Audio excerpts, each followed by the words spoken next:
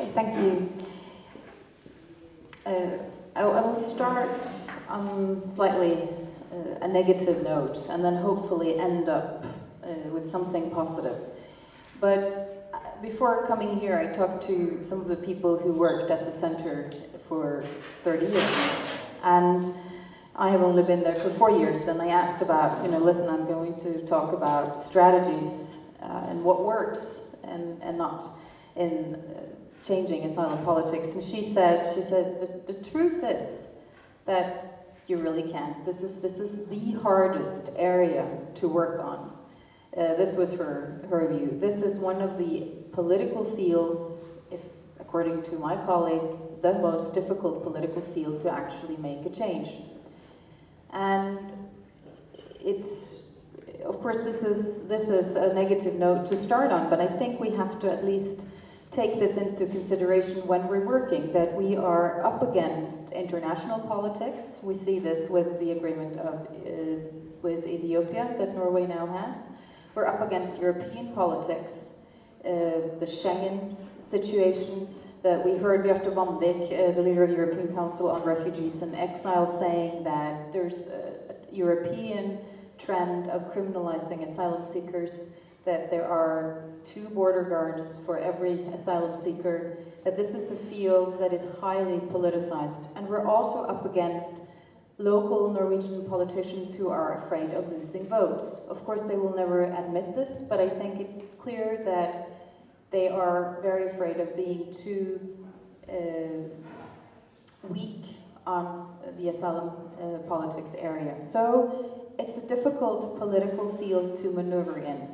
And we just have to live with that. But that doesn't mean that we should give up. And also, within asylum politics, I think you find some great idealists. You find people who never give up, and a lot of persistence. So it's an area where you find good people who never stop, and this is what we need. Politicians also say that this area is not a political field. They say that it has to do with giving protection, who is worthy of protection. Again, when it's not true. It's a really political field, and it has very little to do with who deserves protection. And there are many examples of this, and I will not go into detail about that. So, having said that this is a very difficult area to work with, a difficult area to change politics, we have a few chances in many ways. We still know that some things work. Another thing as well, working within this field, it's a field that is becoming stricter and stricter through the years. And we now have probably the strictest asylum politics that we ever had. So that's another factor that even makes it harder. I'm normally not this negative, but I think it's good to know what you're up against when you're going to work with this. But anyway, what works and how should we work? To give a face to the asylum seeker, to give stories, to make it personal, and to reach broader than the NGOs, to reach broader than the usual suspects. We are the usual suspects. We work with it every day, but to reach broader than this and to give this sort of face, get away from the term asylum seeker and come to the term person and human, is what we have to do. This is what we constantly have to work with. We constantly have to press this issue. These asylum seekers are people, and we have almost a unified press, at least the tabloid press against us in this, and we have politicians against us in this. We come up with the term papirløs, they come up with the term returnekter. We talk about persons who need protection, they talk about criminals. We talk about families and fathers, they talk about rapists. And this is what we always have to talk about. We talk about we need to give protection to people fleeing from war, and they say, well, how many? How many do you want us to save? You are naive, you have an unrealistic view of the world, so what do you mean? And then we keep saying, but we need to look into UN conventions. Well, why should the UN decide over Norway? Norway decides in Norway. All of these arguments, there's always something that comes right back to you. But the only way to counter these arguments is to insist on the fact that these are people. And there is a personal side to this. And someone who, I think, almost, Rune who's been here several times during Atelier Populaire, he said to me that he hasn't met anyone who actually have read an asylum case or know asylum cases, asylum seekers personally, who support the politics that we have now. So again, to get in touch with asylum seekers, to know them, asylum seekers telling their stories, us giving the public the stories, this is almost our only chance to change politics. We also, of course, have to work with individual cases and to give good advice to the asylum seekers, to have lawyers who do their work in a good way. We have to work politically and legally as well. But when it comes to changing the politics, which is really the pressing issue right now, it is to personalize the case. The last cause that we won, in a way, was Maria Amelie. And this was just one person. And we all know that the change that was made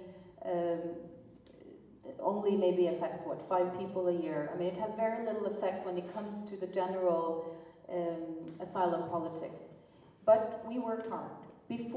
Prior to Maria Amelie case, there was a papirløs campaign established with almost a whole civil society in Norway involved in this. They supported some demands. It's not easy to get NGOs to agree on demands. It's really not easy, but it was achieved.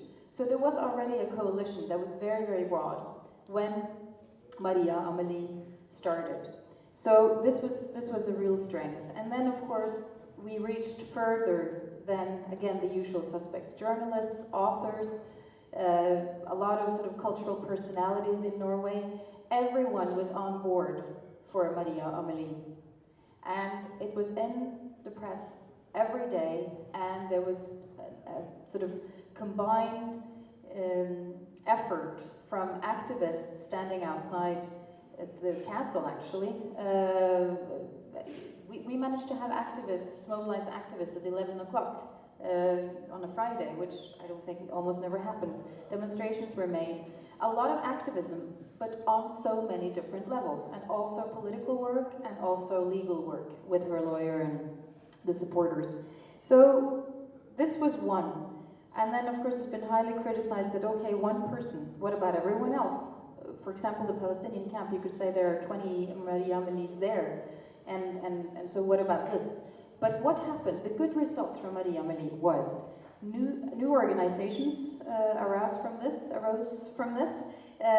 Foreningen av 12. Januar, you know this organization. New activists became known. Individuals, private people became active. So, and I think it started something. It gave us, I think, we had prior to Maria Amelie, we had years of saying we have to be strict, fair, but strict. And it was nothing about being fair, it was about being too strict. So we have to be too strict and not fair. I mean, we could rewrite this. And it was sort of talks about returns and returns and returns, and it never stopped. So I think Maria Amelie, in many ways, was this sort of fresh breath air that we needed.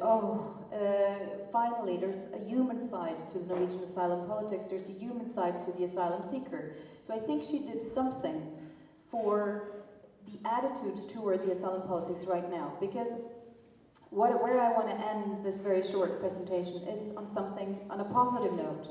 Right now, there is a momentum that we need to take advantage of. There's a momentum right now where people are critical. People are not 100% trusting what Arbeiderpartiet says in asylum politics.